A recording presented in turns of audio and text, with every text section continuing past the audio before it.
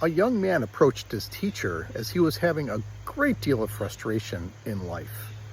There were lots of words that people had said to him which made him angry and frustrated. And he shared these stories with his teacher. His teacher looked at him and sat silently for a seemingly long time, and finally said to him, "Let's go for a boat ride." And so the young man took the oars and rowed the boat in the lake until they got to the center of the lake. And the only thing that broke the silence was the sound of the oars in the water. And they got to the center, and the teacher said, "Release your hands from the oars and let's drift." And so they drifted. And the teacher said, "Life is like rowing a boat. As we row upstream, we find we put in a lot of energy that really doesn't matter. We're out of control of the current. And there are things that are out of our control in life that we put a lot of energy into that we should just release." And just as he said that, they looked up and they saw another boat coming towards them.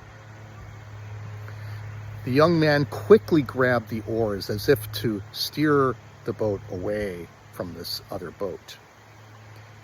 And as he did, the teacher touched his hands gently and said, "Observe and release."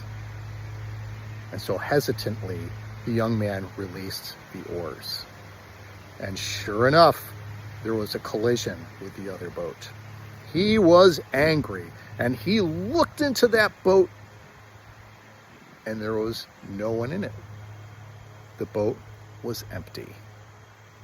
Seeing that there was nothing to be angry at, his anger dissipated very quickly.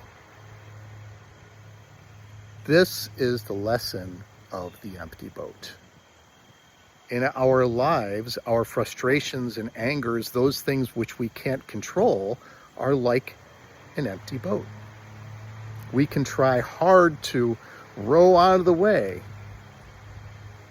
but if we just allow them to come and to pass, release the unnecessary anger, we will be at peace.